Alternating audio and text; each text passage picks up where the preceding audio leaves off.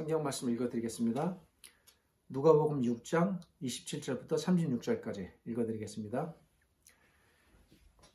그러나 너희 듣는 자에게 내가 이르노니 너희 원수를 사랑하며 너희를 미워하는 자를 선대하며 너희를 저주하는 자를 위하여 축복하며 너희를 모욕하는 자를 위하여 기도하라.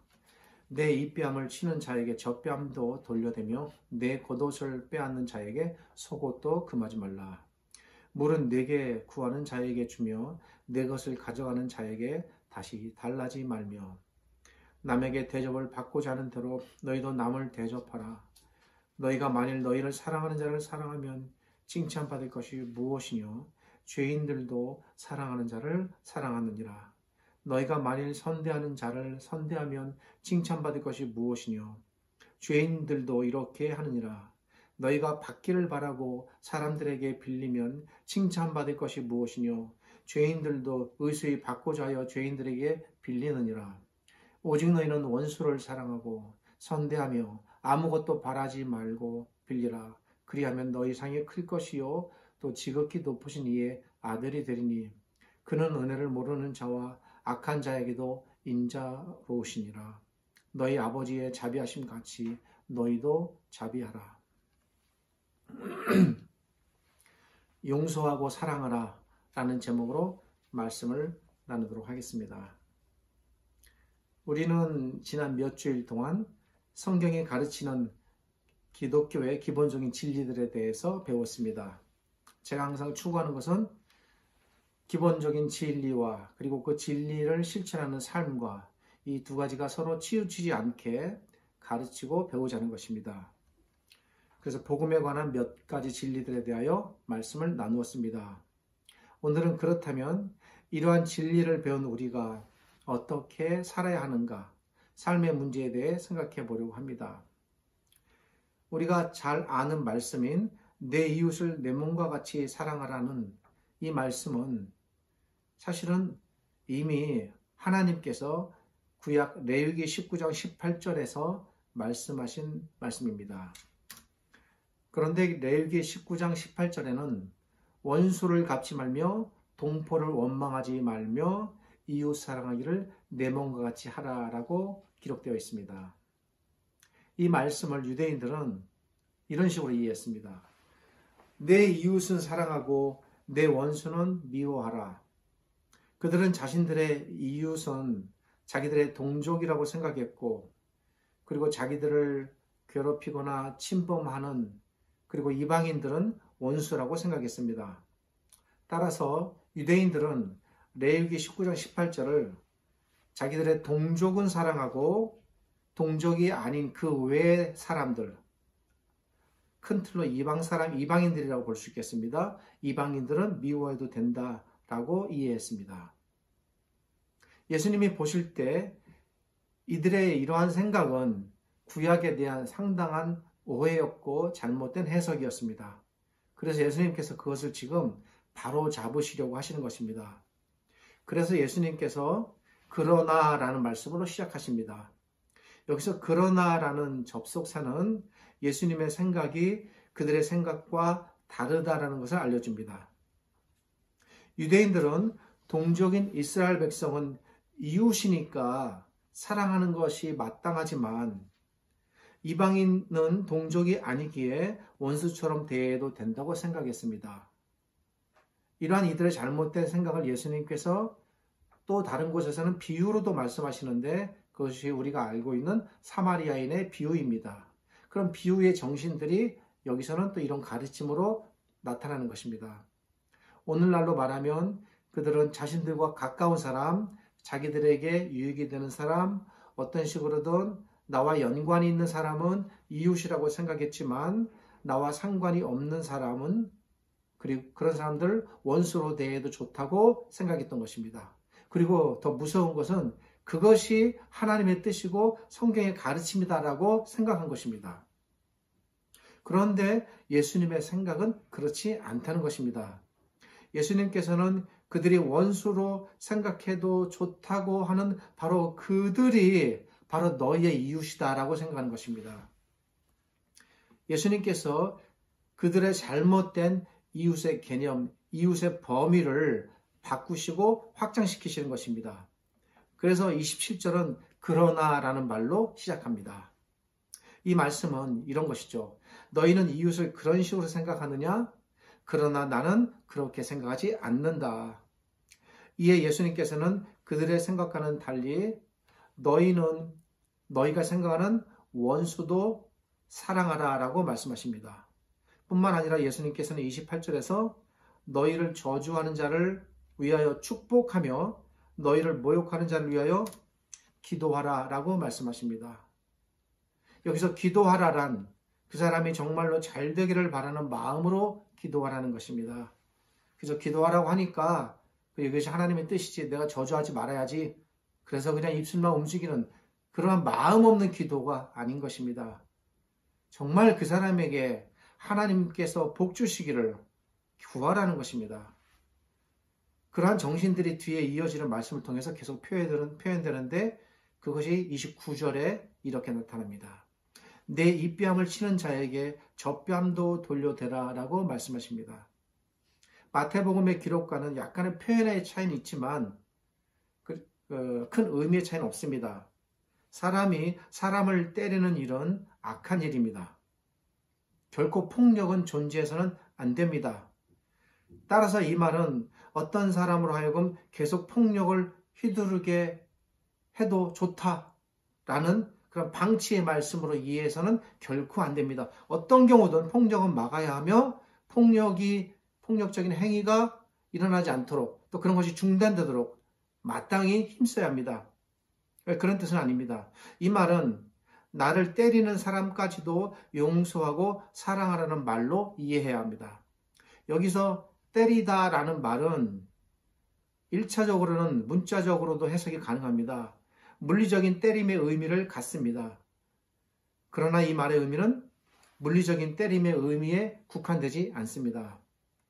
우리가 누구에게 맞는 것은 꼭 물리적으로 맞는 것을 의미하진 않습니다. 우리가 누군가로부터 공격을 당하는 방식은 매우 다양합니다. 때로는 보이지 아니하는 폭력이 보이는 폭력보다 더 사람을 치명적으로 해야 하는 그런 경우도 많습니다. 사람이 누군가에 폭력을 당하고 상처를 당하는 방식도 매우 다양합니다. 그런 일을 당할 때 우리는 어찌해야 할까? 아마 살면서 이런 일을 최소한 한두 번 아니면 그 이상 여러 번 우리는 다 당했을 것입니다. 내가 당한 만큼 똑같이 갚아주고 싶죠. 그래야 할까? 그것이 과연 정당한 일일까? 또한 그것이 과연 나를 위하는 일인가?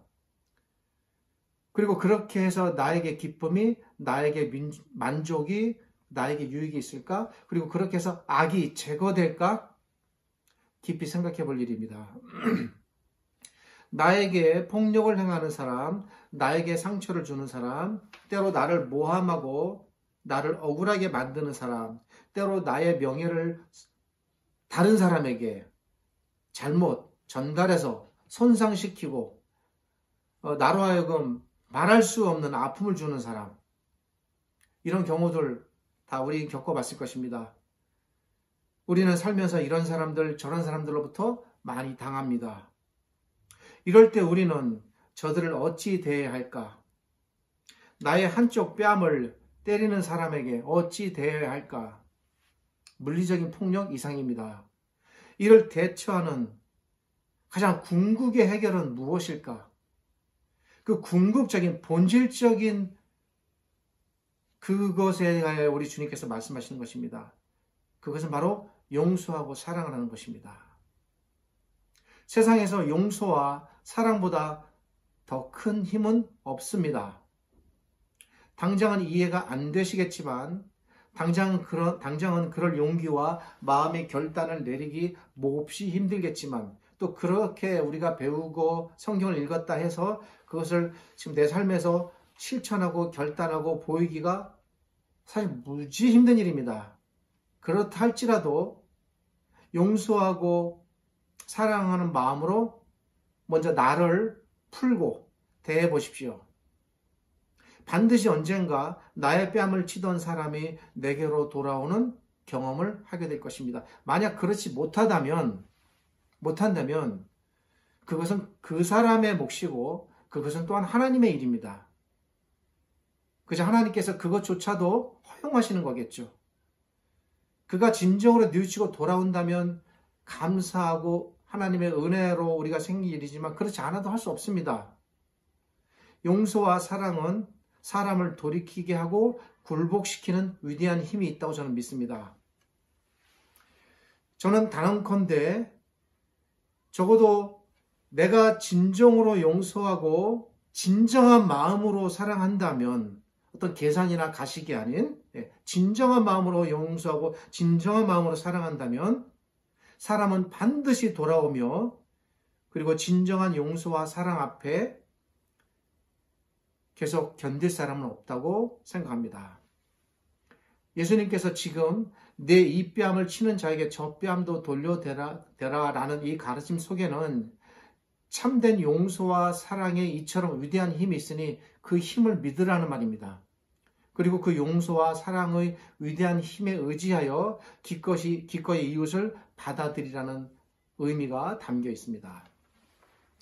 그렇게 하면 나를 미워했던 사람, 나를 해롭게 했던 사람, 나에게 원수가 되었던 사람이 반드시 나의 진정한 용서와 사랑 앞에 복종하고 돌이킬 것이니 이를 믿고 행하라는 것입니다. 이 말씀 속에 이런 의미가 깊이 담겨 있습니다. 예수님의 이런 가르침은 이어지는 말씀을 통해서 더욱 분명히 드러납니다. 예수님께서는 계속해서 내 겉옷을 빼앗는 자에게 속옷도 금하지 말라라고 말씀하십니다. 유대인들의 의복은 오늘날 우리의 의복의 형식과 매우 달랐습니다. 문화가 바뀌고 의복의 역사가 바뀌었기에 발달되니까 이렇게 바뀐 원인도 있겠지만 근본적으로 어떤 다른 한 방향이 있었습니다. 여기서 말하는 겉옷과 속옷은 현재 우리가 입고 있는 그런 겉옷과 속옷을 말하는 것은 아닙니다. 유대인들은 기본적으로 몸을 가릴 옷을 입고 그리고 그 위에 담요나 망토 같은 것을 걸치고 다녔습니다. 그러니까 속에도 옷이고 사실 겉에도 옷입니다. 속옷이라고 해서 우리가 입는 그런 속옷이 아닙니다. 망토나 담요 같은 것을 겉옷이라 부르고 그 안에 몸을 가리기 위해서 입는 옷이 여기서 말하는 속옷에 해당합니다. 우리식으로 표현하면 옷을 입고 그 위에 다시 천을 두른 것과 같습니다. 그렇게 하는 이유는 그들의 기후가 낮에는 몹시 덥고 밤에는 몹시 추웠기 때문입니다. 하루의 온도차가 굉장히 컸던 것이죠. 몸 위에 걸치는 망토는 낮에는 햇빛을 가려주고 밤에는 추위를 견디겠습니다. 그들의 겉옷은 이렇게 낮에는 더위를 막아주고 때로 밤에는 길에서 노숙을 하게 될 때 이불이 되어 그들의 몸을 보호해 주었습니다. 그러기에 겉옷이 없는 사람은 이런 것이죠. 단순히 남들보다 옷 하나 덜 입은 것이 아니라 낮의 더위와 밤의 추위를 고스란히 당해야 했던 것입니다. 구약 성경에서 옷을 저당 잡은 사람은 해가 지기 전에 저당 잡은 옷을 반드시 그 잡힌 사람에게 돌려주라라는 말 속에 이런 의미가 담겨 있습니다. 비록 돈을 빌리기 위해 누군가에게 내 옷을 저당 잡혔어도 밤이 되면 추위를 막아줄 겉옷이 꼭 있어야 하니 해가 지기 전에는 반드시 저당 잡은 옷이라 할지라도 돌려주라라는 것입니다. 우리 하나님께서 얼마나 자비로우신 분인지가 분명히 드러나는 대목입니다. 그러기에 여기서 예수님께서 겉옷을 달라는 사람에게 겉옷을 주라는 말씀은 단순히 옷을 주라는 행위 이상의 의미를 담고 있습니다. 이 말씀의 보다 깊은 의미는 단순히 옷 한 벌 내주라는 의미를 넘어서서 이웃을 더위와 추위로부터 보호해 주라는 것입니다. 그리고 이것은 단순히 더위와 추위의 보호를 넘어서는 어떤 정신의 문제입니다. 그런 정신으로 겉옷을 내어주라는 것입니다. 그리고 또한 그 사람이 몸을 가릴 속옷이 없다면 기꺼이 몸을 가리는 속옷 안쪽 옷까지도 내주라는 말씀입니다. 이 말씀도 우리는 앞에 기록된 내 이 뺨을 치려는 사람에게 다른 뺨을 내주라는 의미와 같은 방식으로 이해해야 할 것입니다. 단순히 물리적으로 겉옷과 속옷을 내주라는 의미를 넘어서는 것입니다. 누군가가 더위와 추위로 인해 어려움을 겪고 있다면, 그런데 나에게는 그것을 내줄 옷이 있다면 겉옷과 속옷을 내어주듯 그러한 방식으로 이웃의 어려움을 외면하지 말라는 것입니다.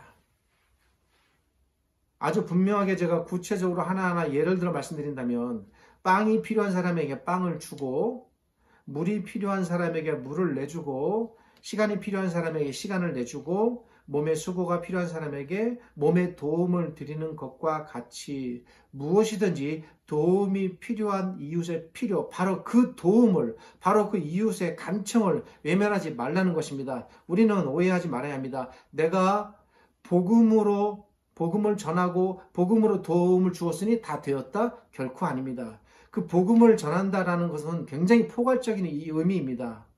복음이 간다는 것은 그 이웃의 모든 필요가 다 함께 감을 더불어 말하는 것입니다. 이웃의 필요로부터 얼굴을 돌리지 말라는 것입니다. 우리 예수님도 마찬가지입니다. 예수님께서 분명히 복음과 하나님의 나라를 줄기차게 외치시지만 결코 우리 예수님께서 이웃의 필요를 외면치 않으셨습니다. 이웃의 배고픔을 외면치 않으셨습니다. 이 말씀이 내 겉옷을 원하는 사람에게 속옷도 내주라는 말씀의 포괄적 의미가 되겠습니다. 우리가 이렇게 진정한 참 사랑을 알고 그것을 실천하기 위해서 우리는 하나님께서 어떠한 사랑을 베푸셨는가, 하나님께 좀 집중해 볼 필요가 있습니다. 하나님은 어떤 분이신가? 그러면 예수님께서는 그렇게 하나님을 잘 깨달으면 거기서 답이 나온다는 것입니다. 하나님이 어떤 분인가, 그분이 베푸시는 사랑의 원리가 무엇인가를 안다면 거기서 내가 지금 너에게 말하는 원수까지도 이렇게 사랑하라는 이런 모든 사랑의 원리를 찾고 그리고 그것을 통해서 우리가 배울 수 있다는 것입니다. 한마디로 하나님께서는 차별 없이 사랑하신다는 것입니다. 우리는 그렇게 하기 대단히 힘듭니다. 미운 사람은 미워해야 속이 시원합니다. 그 사람이 안 되기를 바라는 마음이 나도 모르게 저 깊은 마음속 밑바닥에서부터 샘물처럼 솟아오릅니다. 차마 입으로는 저주하고 욕하지 못해도 마음속으로는 어디 잘 되나 보자 이런 생각이 나도 모르게 나는 것이죠. 저도 마찬가지입니다. 차마 입으로 저주를 풀어 말하지 못하고 욕하지 못했어도 시편에 그런 내용들이 많이 있지만 그건 우리가 흉내낼 일이 아닙니다. 기본적으로 내가 미워하고 정말 나에게 해를 끼치는 사람이 잘 되기를 진심으로 바란다? 거의 어려운 일입니다. 왜? 우리는 기본적으로 그런 태생과 본성을 아직은 갖고 있기 때문입니다. 그럴지라도 그 본성을 따르지 말라는 것입니다. 왜? 우리는 하나님 안에서 새 사람이기 때문입니다. 어떤 식으로든 우리에게 새로운 어떤 그 무엇을 의의를 주셨으니 그것을 따라 본성을 이기고 극복해 나가는 것입니다. 그런 모든 힘이 우리에게 다 주어졌습니다. 제가 늘 강조해서 말씀드렸죠. 우리는 모든 선을 완전히 행할 수 있는 모든 능력을 전부 다 부여받았다. 우리는 새로운 사람이다. 새로운 피조물이다. 늘 제가 말씀을 드렸습니다. 그러니까 그것을 망각하지 말아야 합니다. 만약 우리에게 이런 예를 한번 들어보겠습니다. 햇빛을 비추게 하고 비를 내리게 할 수 있는 능력이 나에게 주어졌습니다. 여러분 어떻게 하시겠습니까? 그 능력을 사용해서 내가 정말 꼴보기 싫은 사람, 미워하는 사람까지도 차별 없이 햇빛과 비를 골고루 내리는 일에 사용할 수 있겠습니까? 힘들 것입니다. 능력이 많아지면 고민도 커집니다. 아마 어쩌면 우리는 내게 주어진 능력을 내가 미워하고 나에게 해를 끼치는 사람에게는 벌 주는 일에 사용하려고 할지 모릅니다. 기록자가 말하려는 것은 그러나 하나님께서는 그렇지 않으시다는 것입니다. 하나님인들 왜 화가 안 나고 분통이 안 터지시겠습니까? 하나님께서 그럴지라도 햇빛을 내리고 비를 내리신다 할 때 결코 자신의 능력을 악인에게 심지어 하나님을 욕하고 저주하는 사람에게까지도 때가 되면 벌은 주겠지만 당장에 차별적인 혜택을 주진 않으신다는 것입니다. 하나님의 자비로우심과 사랑은 언제나 차별이 없으셔서 악인과 선인 모두에게 언제나 동일하게 햇빛과 비가 내려진다는 것입니다. 선인의 과수원에는 햇빛이 비치게 하고 악인의 가수원에는 그늘이 지게 하신다거나, 거기에만 구름이 많이 껴서 하루 종일 그늘지게 하신다거나, 선인의 논에는 비를 풍족히 내려주시고 악인의 논에는 가뭄이 들어 땅이 쩍쩍 갈라지게 하시지 않는다는 것입니다. 악한 사람이라도 농사에서는 공평하게 하신다는 것입니다. 왜? 하나님께서는 기본적으로 차별하지 않으시기 때문입니다. 주님께서는 우리에게도 우리가 그러한 방식으로 이웃을 대하라고 말씀하시는 것입니다. 예수님께서는 하나님께서 이러하시듯 우리도 사람을 차별하지 말라고 말씀하십니다. 우리가 하나님의 자녀가 되었으니 자녀가 마땅히 아비를 닮아야 하듯 우리도 우리의 아버지이신 하나님을 닮아야 하겠습니다. 이것이 모든 사람을 차별하지 말고 이웃으로 여기고 받아들여야 하는 성경의 근거가 되겠습니다. 예수님께서 아버지의 성품에 근거하여 성경적 사랑이 무엇인지 친히 보여주셨습니다. 그러기에 우리는 성경의 가르침대로 올바로 행하기 위해서 이런 하나님을 우리의 거울로 삼아야 합니다. 이런 면에서 하나님께서는 우리에게 사랑의 거울이 되십니다. 우리도 하나님 그분을 본받아야 합니다. 우리는 그분을 온전히 본받음을 통해서 성경이 가르치는 참된 사랑을 말뿐이 아닌 행동으로 실천해야 합니다. 우리는 그 사랑을 우리에게 악을 행하는 원수들에게까지 차별 없이 베풀어야 합니다.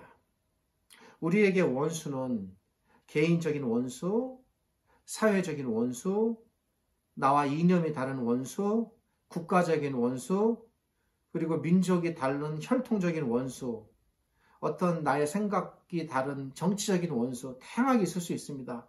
그러나 그걸 다 초월하자는 것입니다. 우리 신자들은 어떠한 경우에도 미워해도 되는 대상은 없습니다. 그러면 우리는 그 옛날 예수님 당대에 바리새인들, 유대인들과 똑같은 사람들이 되는 것입니다. 그들에게 미워하는 사람이 있었듯 우리에게도 미워하는 사람이 있게 되는 것입니다. 경계짓는 것입니다. 그렇지 말라는 것입니다. 잘못돼도 좋은 사람은 없습니다. 세상에 아파도 되는 사람은 없습니다. 사람을 이해하고 포용하고 용서하고 사랑하는 일이 물론 당연히 힘들 것입니다. 그 일이 힘들기에 예수님께서 일이 강조해서 여러 가지 비유로 그리고 여러 가지 가르침으로 말씀하시는 것입니다. 우리는 세상의 악함과 상관없이 우리의 길을 가야 합니다. 사람들이 바보스럽다고 손가락질해도 바보스러울 만큼 우직하게 주의 말씀을 실천해야 합니다. 오늘날의 문제는 사람들이 너무 똑똑한 것이 문제가 됩니다. 바보처럼 살라는 말씀은 아니지만 정말 바보 같을 정도로 우직하고 흔들림 없이 예수님의 말씀을 믿고 붙들고 이웃을 용서하고 사랑하는 것이 내가 진정으로 이 승리하는 길이고 그것이 영광의 길이고 그것이 하나님 앞에 정말 기쁜 일이라는 믿음을 갖고 나아가자는 것입니다. 그렇게 하면 그 누구도 나의 용서와 나의 사랑을 이기지 못합니다.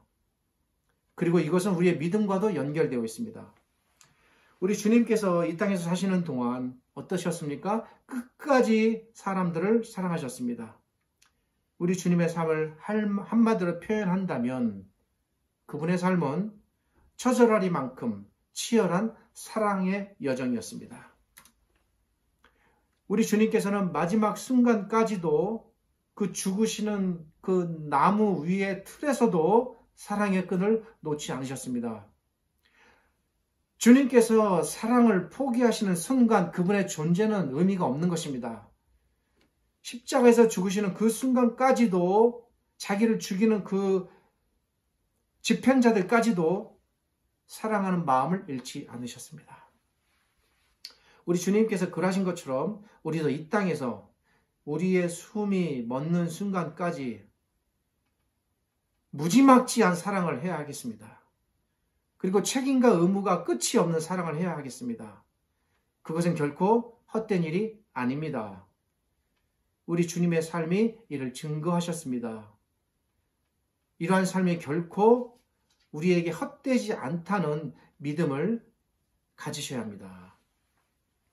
하나님께서는 반드시 우리를 기억하십니다. 사람들의 기억, 사람들의 인정, 사람들의 알아줌을 너무 바라지 마십시오.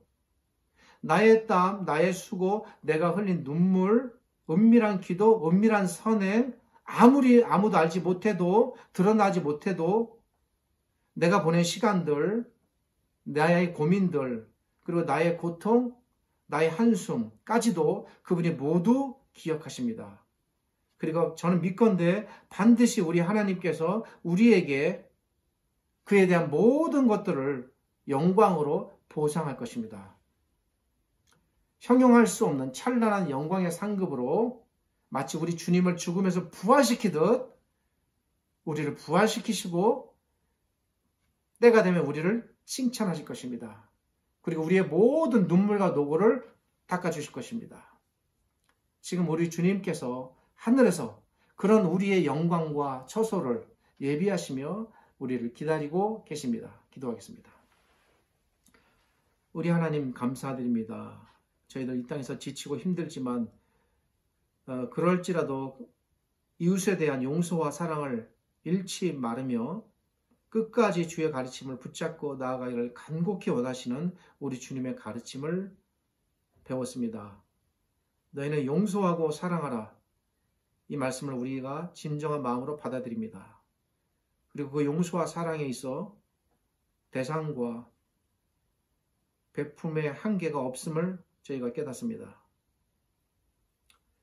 바라옵기는 나에게 해를 끼치고 나를 위태롭게 하고 그렇게 나를 괴롭히며 모함하는 사람까지도 하나님의 정신으로, 그리스도의 정신으로 사랑하고 용서할 수 있기를 바랍니다. 그리고 그 사랑과 용서의 힘이 나의 원수들을 감동시키고 굴복시켜 이 땅에서 거룩한 하나님의 나라, 거룩한 교회를 이루어 가기를 진정으로 소망합니다.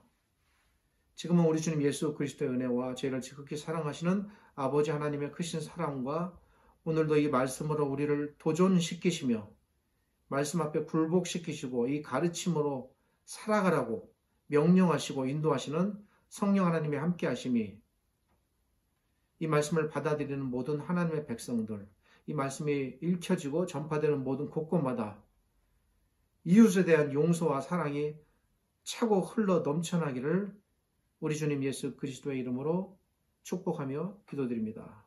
아멘.